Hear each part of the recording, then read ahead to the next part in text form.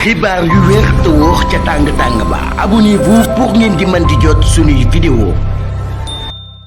jërë ngeen jëf ci àndi ak ñun ci chaîne bi di Buzz 221 HD dañ koy door rek dem ak Ousmane Sonko ci assemblée nationale moom le premier ministre bii di Ousmane Sonko daan nay dem tey jii ci assemblée nationale waroon janoo ak député yi ci lu jëm ci mbirum question d'actualité. ci question d'actualité bi nekk daan na ci àddu ci mbir yu bëree bëri bokk na ci mbirum sénégalais yi nga xam ni ña nga leen téye ca fa nga xam ne moo di Maroc waaye daan nay àddu ci mbirum borom ñaari tur yi waaye tam daan nay àddu sax ca xew-xew ba nga xam ni amoon na ca ICAD sax ñu daal fay jël ay mesures yu am solo lool yoo xam daan na koy annoncé bokk na ci renforcement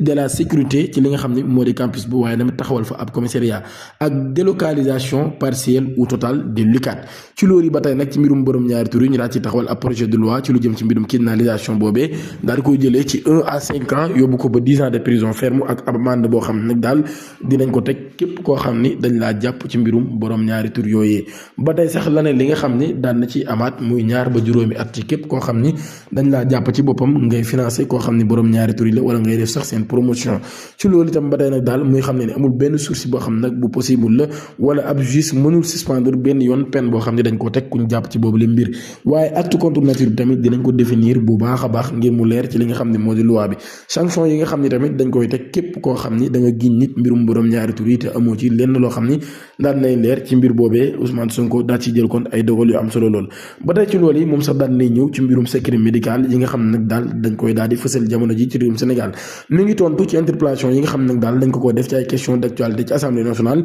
moom premier ministre Ousmane Sonko nag daal daan nay recentrer le débat sur ce qu'il considère comme l'essentiel maanaam ginnaaw bi nga xamee ne daan nay wax ci protection des citoyens et le respect de la vie privée notamment dans l'affaire liée à une supposée transmission volontaire ci feebar bi ñu wax VIH/Sida ci loolu yi nag daal moom Ousmane Sonko daan na préciser nag laa tontuwul sax Abdou Mbow mi nga xam ni moom moo ko posé question lu jiitu loolu yi moom nag daal daan nay xam ne man sénégalais laay waxal ci li nga xam ne daal dañoo bëgg ñu élever li nga xam ni moo di le niveau des débats au-delà des clivages politiques le chef du gouvernement a révélé avoir saisi la veille le président de l'Assemblée nationale concernant un projet de loi qu'il porte personnellement mun nag daal projet de loi bi nag moom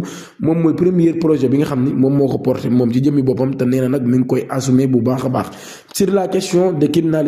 la criminalisation de l'homosexualité Ousmane Sonko nag daal jàpp na ni nit ñi dañuy fàtte nag daal jugé bi nga xam ne ab jugé hier la doivent se taire ba tey nag daal moom mi mu jàpp nag ay discussion la yoo xam ne daal nañu waxtaan bu baax a baax yoo xam ne nag loolu lii gis nañ ni mën nañoo am lu gën waaye ba tey jàpp na ni ñenn ci tamit ñi nga xam ne ñoo di kujje gi dañu jël mbir mi nag daal di ko génnee bitim réew di ko politiquer bu baax a baax ba tey moom Ousmane Sonko daan nay àddu ci mbir moomee di wax tamit ci li nga xam ne moo di divulgation publique esthétique sérologique yi maanaam nit ñi nga xam ne dañoo am doomu jàngoro bii di sida te média bi di ko fasal moom mi daan na ci ñëw bu baax a baax jàpp na nag daal nekkul loo xam ne kon dañ ko war a def te dañoo war a respecter dignité nit ki bu baax a baax ñi nga xam dañ leen incriminer ci mbir moomee transmission volontaire de VIH seen ay doom amatuñu courage dem ci li nga xam ne moo di école mën nag daal ñooñu ay famille lañ yoo xam dañ leen di yàq le premier ministre nag daal jàpp na li xew ci réew mi nag daal luñ munta nangu la daal dinay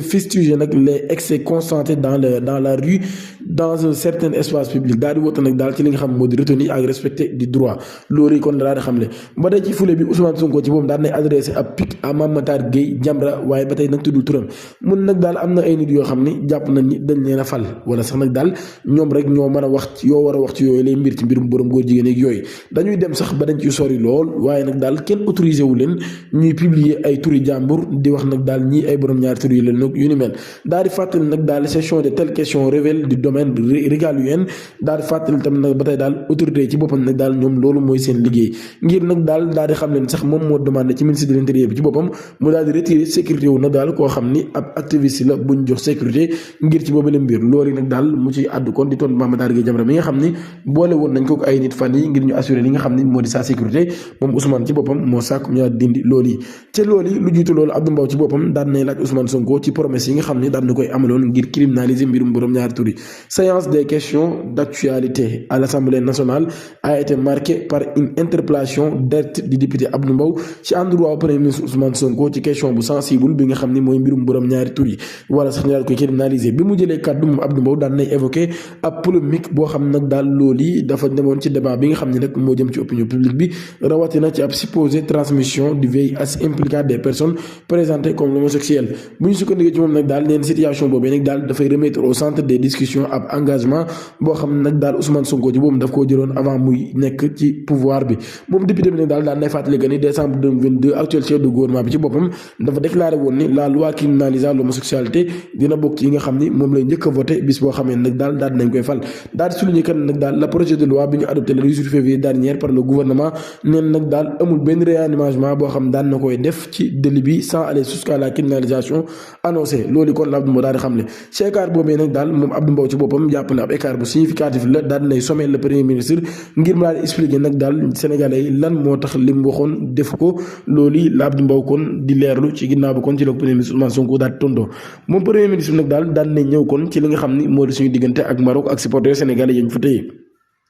Ousmane Sonko ci boppam ginnaaw bi nga xamee nag daal daan nay wax ci situation supporters sénégalais yi nekk ca Maroc jamono ji daan nay affirmer que nag daal démarches yi nga xam ne ay démarches yu nécessaire la yépp jamono ji Sénégal daan na koy def par l'état du Sénégal ngir défendre ay ressortissants yi nga xam ne nag daal ñoom ñi na nga ca Maroc ñu téye mun nag daal mbir mi sax dafa dépassé ab cadre explosif loolu la déclaré daal souligné que nag daal si le football rime avec la passion il ne doit pas être source de crispation durable entre deux nations moom mi nag daal mu daal di jàpp ne kon dañoo considérer ñaari pays yooyu comme frères. Selon lui, la manière dont l'affaire a été traitée pose question. Il évoque notamment des interrogations sur l'équité des projets et s'interroge sur l'opportunité d'un appel. Mon chef du gouvernement bi nag daal daan nay fàttali nag titre bi nga xam ne nag daan nay rappeler à titre des compassions des incidents impliquent des supporters marocains lors des Jeux olympiques en France à l'époque mun nag daal ak évacuation boo xam ne amoon na ci terrain bi daan nay entraîné woon l'interruption de match pendant près de 2 heures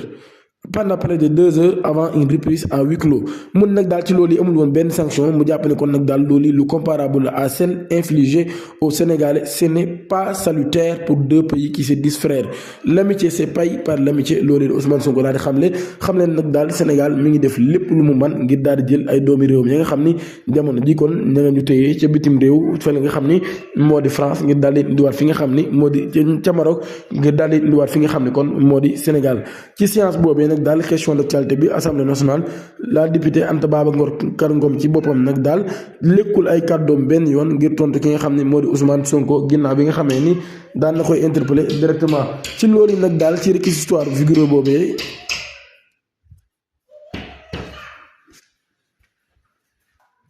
ci réquisitoire boobee moom Anta Babacar Ngom ci boppam nag mi ngi tontu Ousmane Sonko wala sax nag daal lekkul ay kàddoom benn yoon ci encontre premier ministre bi di Ousmane Sonko ci ab réquisitoire vigoureux il a dénoncé ce qu'il perçoit comme un manque de résultats de gouvernement près de 2 ans mun nag daal ñaari at bi ngeen nekkee ci pouvoir bi Sénégalais yi dañoo sonn mun nag daal def ngeen diagnostic 17% de surfacturation 40% ci budget bi nga xam ne dañ koo sàcc par ancien régime la dette cassée mais kañ ngeen di teg première xeer mu ni kañ ngeen ñuy indil ay nouvelles yoo xam ne nouvelles yu neex lay doon. kañ ngeen ñu indil ay nouvelles yoo xam ne nouvelles yu neex lay doon loolu bokk na ci li nga xam ne Anta Babacar Ngom daan na koy laaj mun nag daal seen ay projet mi ngi fi vos projets sont là mais ne sont que des théories maanaam seen projet daal mi ngi fi mais ay théories képp la gis ñu dara ci ñaari at dara changé wu fi rien n'avance dans le secteur comme la santé l'éducation qui sont en grève et tout bout des champs naan da kon jàpp naan dara doxul moo xam ci éducation beeg ci santé beeg lépp député bi ci moom daan na évoqué dossier bu sensible muy Sénégal yi nga xam ne ñoo nga ca Maroc